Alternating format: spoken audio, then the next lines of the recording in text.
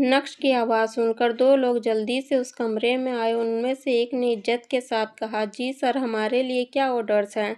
यह सुनकर एक बार को नक्श को ऐसा लगा जैसे मानो वो ही लीगल गैंग का लीडर हो। कोई ऑर्डर नहीं है। मैंने देखा कि यहाँ पर तुम लोगों की लाइफ काफ़ी डिफ़िकल्ट है, इसलिए थोड़े मज़े करने का हक तुम सबको है। यह सारी वाइन की बोतल लेकर जाओ और अपने साथ साथ अपने भाइयों को भी पिलाओ। जेनियर्स होते हुए नक्श ने कहा। यह सुनकर वो दोनों खुशी से झूम उठे। उन्होंने नहीं सोचा था कि एक अनजान इंसान जिसके साथ दयाशंकर भी इतनी इज्जत से पेश आएगा, वो उनकी ज़िंदगी को अच्छे से समझ सकता है। उसके बाद वो दोनों नक्श के सामने हल्का सा झुके और थैंक यू सर कहते हुए उस कमरे से बाहर चले गए। उन दोनों के वहाँ से जाने के बाद नक्श उस कमरे में गया जहाँ अवंतिका और अलंकार को बंदी बनाकर रखा गया था। नक्श को देखकर वहां मौजूद गार्ड्स भी अटेंशन की मुद्रा में आ गए। ग्रीटिंग सर कहते हुए नक्श को एड्रेस किया। मैंने तुम्हारे बॉस को अच्छी दावत बनाने के लिए कहा है, तुम भी जाओ और कुछ ड्रिंक्स का मजा लो। उस कमरे के माहौल को मुझ पर छोड़ दो, नक्श ने शांत रहते हुए कहा।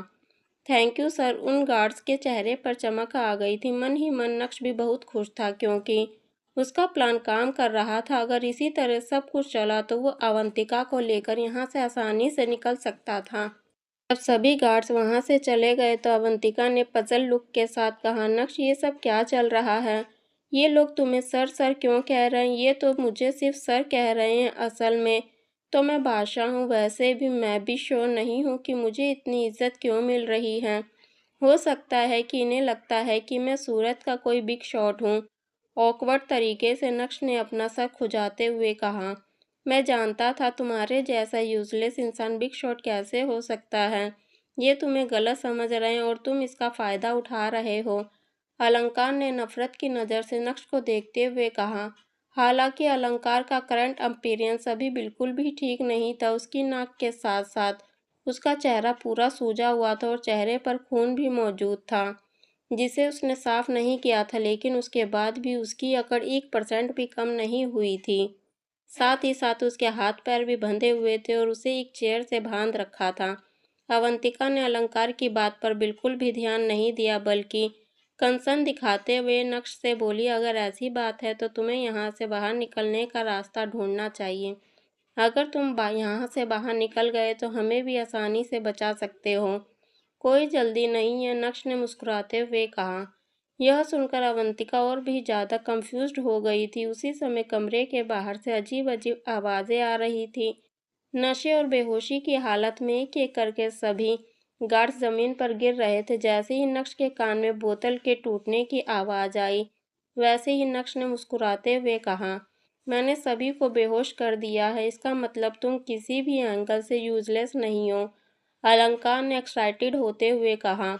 अरे तो अब खड़े खड़े देख क्या रहे हो? जल्दी से हमें यहाँ से बाहर निकालो।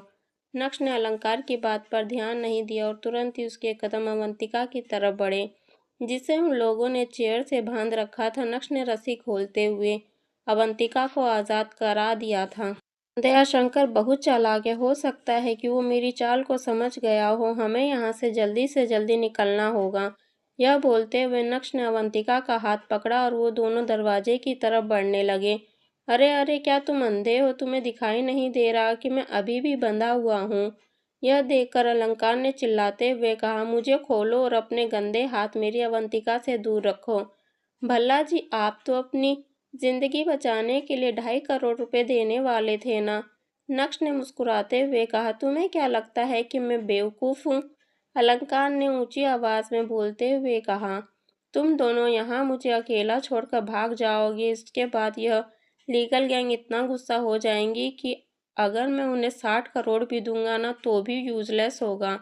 भल्ला जी, सच कहूँ तो मुझे नहीं पता कि आप बेवकूफ़ हैं या नहीं। यह बोलते हुए नक्श के चेहरे पर एक शातिर मुस्कान आ गई थी।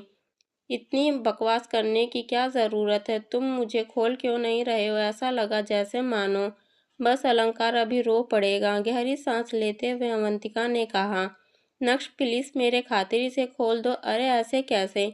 भल्ला जी तो मुझसे नफरत करते हैं, उनके लिए तो मैं यूजलेस हूँ। अगर मैंने उन्हें हाथ लगाया तो क्या उनकी इज्जत खराब नहीं होगी? अपने दोनों कंधों को ऊपर उठाते हुए नक्श ने शांति से कहा, ओए तुझे इतना हीरो बनने की कोई ज़रूरत नहीं है। अगर वो लोग तुझे गलत नहीं समझते ना तो अभी तेरे दोनों हाथ काट चुके होते। शेर की तरह दहाड़ते हुए अलंकार ने कहा, देखा आपने अवंतिका मैडम, आप खुद देखिए, भल्ला जी खुद नहीं चाहते कि मैं उनकी मदद करूं। शांत रहते हुए नक्श ने कहा। नक्श के पास समय की कोई कमी नहीं थी। उसे अच्छे से पता था कि अगर सभी ने उस वाइन का आनंद लिया है तो कम से कम 8 से 9 घंटे तक किसी को भी होश नहीं आने वाला है। यही वजह है कि नक्श अलंकार के मज़े ले रहा था और उसे उसकी औकात दिखाने की कोशिश कर रहा था, क्योंकि इस समय बंधा हुआ इंसान नक्श नहीं बल्कि अलंकार था। अवंतिका ने एक बार फिर से गहरी सांस भरी और बोली, नक्श मुझे पता है कि अलंकार के बात करने का तरीका गलत है। मैं पर्सनली उसे कहकर तुमसे माफ़ी मंगवाऊंगी, लेकिन अभी के लिए उसे खोल दो, जाने दो उसे, ठीक है। माफ़ी? इस इंसान को सबके सामने मुझसे माफ़ी मांगनी होगी। इसे कुत्ते की तरह मारा है, लेकिन उसके बाद भी इसकी ज़बान तोते की तरह पट पट कर रही है। यह बोलते हुए नक्श ने अलंकार की ओर देखा, लेकिन अलंग कहाँ सुधरने वाला था। नक्श, तू चाहता क्या है कि मैं सबके सामने तुझसे माफ़ी मांगूं? भूल जा बेटा, सपने देख सपने। नफरत की नज़र से नक्श को देखते हुए बोला। अवंतिका, तुम भी क्या इसके जैसे यूजलेस इंसान के साथ अपना कीमती समय बर्बाद कर रही हो? यह आदमी किसी काम का नहीं है। क्या तुम आर्ग्यू करना बंद करोगे? अवंतिका का चेहरा अचानक से गुस्से से लाल हो गया। तुम जानते भी हो कि दयाशंकर कौन है? अगर हम तुम्हें यहाँ पर छोड़ के चले गए ना तो तुम मछलियों की दावत बन जाओगे। जब अवंतिका ने ये कहा तो अलंकार पूरी तरह से स्टन्ड रह गया। उसे अवंतिका की बात पर यकीन था। इन्हें डर नहीं लगता, वैसे भी भल्ला जी के पास अपनी जान बचाने के लिए बहुत सारे पैसे हैं। नक्श अब अलंकार पर ज़्यादा समय बर्बाद नहीं करना चाहता था। वैसे भी यहाँ का निकलने का रूट बहुत ही ज़्यादा कॉम्प्लिकेटेड है। हमें बाहर कहाँ से निकलना है उसे ढूंढने में भी बहुत समय बर्बाद होगा। नक्श, मैं तुम्हारे सामने हाथ जोड़ रही हूँ, प्लीज़ अलंकार को खोल दो और उसे हमारे साथ आने दो। बिना किसी कॉन्फिडेंस के अवंतिका ने कहा। अवंतिका बहुत अच्छे से जानती थी कि अलंकार ने किस तरह से नक्श का मजाक बनाया था, इसलिए अब उसे आगे आकर नक्श के सामने अलंकार की जान की भीख मांगनी पड़ रही थी, वो भी बिना किसी कॉन्फिडेंस के साथ। सही मायनों में देखा जाए तो नक्श को अलंकार की जान की पड़ी ही नहीं थी। उसे अलंकार से कोई मतलब ही नहीं था, लेकिन अवंतिका के कहने पर नक्श पिघल गया था। ठीक है, तुम्हारे कहने पर मैं इसे छोड़ दूंगा, नक्श ने अपना हाथ हिलाते हुए कहा, लेकिन मेरी एक कंडीशन है। तुम्हें मुझे फिर से बॉस कहना होगा। नक्श, तुम मेरी अवंतिका को bully कैसे कर सकता है? ग्लूमी एक्सप्रेशंस के साथ अलंकार ने चिल्लाते हुए कहा। यह सुनकर नक्श जोर जोर से हंसने लगा। ओ माय गॉड, अरे कमाल हो गया, भल्ला जी को bully का मतलब पता है। बस बहुत वो आर्ग्यू करने की कोई ज़रूरत नहीं है। अवंतिका ने गहरे अंदाज के साथ नक्श की ओर देखा और अपना सर नीचे करते हुए बोली, बॉस आई एम सॉरी। जैसे ही अवंतिका के मुंह से ये शब्द बाहर आए, वैसे ही उसका चेहरा शर्म के मारे लाल हो गया था, लेकिन इन अदाओं के साथ अवंतिका और भी ज़्यादा अट्रैक्टिव दिखाई दे रही थी। क्योंकि ऑफिसर अवंतिका तुम्हें छोड़ने के लिए कह रही है तो मुझे उनकी बात तो माननी ही पड़ेगी। मुस्कुराते हुए नक्श ने अलंकार की ओर देखा और कहा।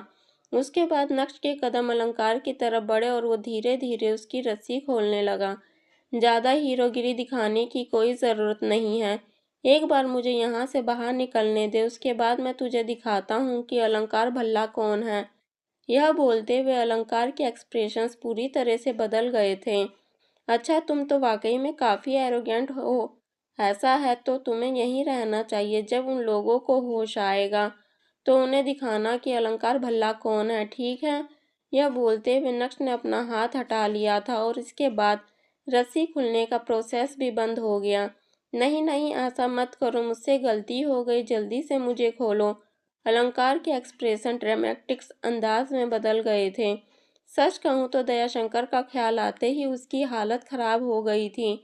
उसे डर लगने लगा था। नक्श ने अपना सर हिलाया और देखते ही देखते अलंकार को आज़ाद कर दिया। उसके बाद वो तीनों उस कमरे से बाहर निकल गए। लीगल गैंग के अड्डे से बाहर निकलना बिल्कुल भी आसान नहीं था। हर तरफ बस कमरे ही कमरे नजर आ रहे थे। तीनों अलग अलग दिशा में जाते हुए बाहर निकलने का रास्ता ढूंढने लगे और इस सब में 5 घंटे कब बीत गए किसी को पता ही नहीं चला। फाइनली 2 घंटे बाद नक्श को एक खुफिया रास्ता मिला और ठीक समय पर वो तीनों उस अड्डे से बाहर आए। बाहर आते ही अवंतिका अपने मिशन पर गई और उसने पुलिस की बड़ी फोर्स को लीगल गैंग के अड्डे की लोकेशन भेज दी थी। कुछ ही समय में फोर्स वहां पहुंच गई और लीगल गैंग के 30 लोगों को गिरफ्तार कर लिया गया, जिसमें से दयाशंकर भी शामिल था। और ये सब हो पाया सिर्फ और सिर्फ नक्श की वजह से। अवंतिका के ऊपर नक्श का एक और एहसान चढ़ चुका था और इस बार इसका सारा क्रेडिट उसने नक्श को दे दिया था। पुलिस के बड़े बड़े अधिकारी भी नक्श के इस काम से काफी खुश थे, लेकिन अलंकार भल्ला बिल्कुल भी खुश दिखाई नहीं दे रहा था। खैर, यह चैप्टर यहीं खत्म हुआ। जब नक्श अपने विला पहुंचा तो उस समय घड़ी में सुबह के 1 बज रहे थे और अनीका मैडम बेडरूम में आराम से सो गई थी। अनीका को शांति से सोता हुआ देखकर नक्श का दिल भर आया। वो बहुत अच्छे से जानता था कि वो अनीका के साथ गलत कर रहा है। ऐसा नहीं है कि नक्श अपनी असली आइडेंटिटी नहीं बताना चाहता था, लेकिन वो एक सही सिचुएशन का इंतजार कर रहा था जो उसे मिल नहीं रही थी। वैसे देखा जाए तो पर्दे के पीछे रहकर नक्श ने अनीका की हमेशा मदद की थी और वो इसी तरह आगे भी करने वाला था, लेकिन उसके दिल में एक कसक थी जो उसे अंदर ही अंदर खाए जा रही थी। यही सब सोचते हुए नक्श सीधा स्टडी रूम की तरफ बढ़ा और शांति से जाकर चेयर पर बैठ गया। अभी भी उसके मन में कई सवाल थे, जैसे वो रिंग कपिल मेहता के पास कैसे आई होगी, उस रिंग की खासियत क्या है, और सबसे ज़रूरी बात, इतना कुछ होने के बाद भी नक्श के शरीर में थकान दिखाई नहीं दे रही थी। और आज जिस तरह से नक्श ने अपनी मेंटल स्ट्रेंथ को काम में लेते हुए जो कारनामा दिखाया वो वाकई में अनबिलीवेबल है। लेकिन ये सब हुआ कैसे? कपिल की उस पिल के कारण। अगर उन पिल्स में इतनी ताकत है तो नक्श को इसका बिजनेस 100% करना चाहिए। वो सब तो ठीक है, लेकिन नक्श शुरुआत कहाँ से करे, ये उसे समझ नहीं आ रहा था। मन ही मन गणित बैठाते हुए नक्श को कब नींद आ गई ये उसे पता ही नहीं चला। अगले दिन सुबह 8 बजे नक्श की आँख खुली। भले ही नक्श बहुत कम समय के लिए सोया था, लेकिन वो काफ़ी रिफ्रेश फील कर रहा था। जैसे ही नक्श स्टडी रूम से बाहर आया, वैसे ही उसके बेडरूम का दरवाज़ा खुला और अनिका भी कमरे से बाहर निकली। नक्श, तुम कब आए? और बेडरूम में भी तो जगह थी सोने के लिए, तुम स्टडी रूम में क्या कर रहे थे? पजल लुक के साथ अनीका ने पूछा। अरे बीबी, वो बॉस के एक काम कर दिया था। अभी बॉस का बिजनेस बूम कर रहा है ना, तो बहुत काम है सर पर। वो काम करते करते अब आंख लग गई, पता ही नहीं चला। बहाना बनाने में नक्श अब होशियार हो गया था, लेकिन अनीका को उसके बहाने समझ आते थे। क्या अनीका नक्श से और सवाल जवाब करने वाली है? क्या नक्श उसके सवालों के भंवर में फंसने वाला है? क्या होगा आगे? क्या जावेरी खानदान पर आई मुसीबत और बढ़ती जाएगी? क्या उसके लिए जावेरी परिवार अनीका को दोषी ठहराएंगे? अनीका की अगली स्ट्रेटजी क्या होगी? नक्श और अनीका की लाइफ में आगे क्या होने वाला है?